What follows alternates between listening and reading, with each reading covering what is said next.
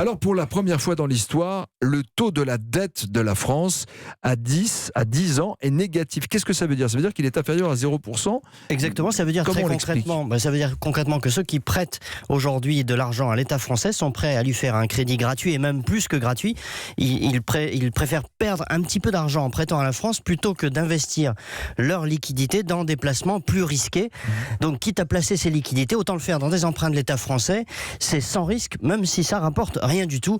Autant dire, c'est quand même le signe d'un système financier qui marche sur la tête. Pourquoi il marche sur la tête? Vous savez, depuis la crise financière de 2008, les banques centrales ont fait chuter les taux d'intérêt justement pour soutenir l'activité. Elles ont acheté d'énormes quantités de dettes des États pour éviter la catastrophe. Oui. Depuis d'ailleurs, elles ont trouvé des raisons supplémentaires de maintenir cette politique. Par exemple, la guerre commerciale en ce moment.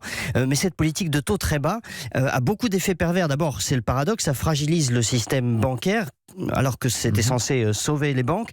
Quand les taux d'intérêt sont à zéro, les banques font moins de marge. Et puis ensuite, ça pénalise tous ceux qui ont de l'argent de côté, qui ont de l'épargne, puisque cette épargne rapporte plus grand-chose, voire rien du tout. D'accord. Et puis enfin, ça pousse les entreprises et les ménages à trop s'endetter. Ouais, mais pour l'État, c'est une bonne affaire. Si je Ça oui, pour l'État, ça veut dire que la charge de la dette de l'État français, par exemple, va diminuer. Elle est passée de 42 à 37 milliards selon Bercy. Donc vous vous rendez compte, 5 milliards d'économies comme ça qui tombent du ciel.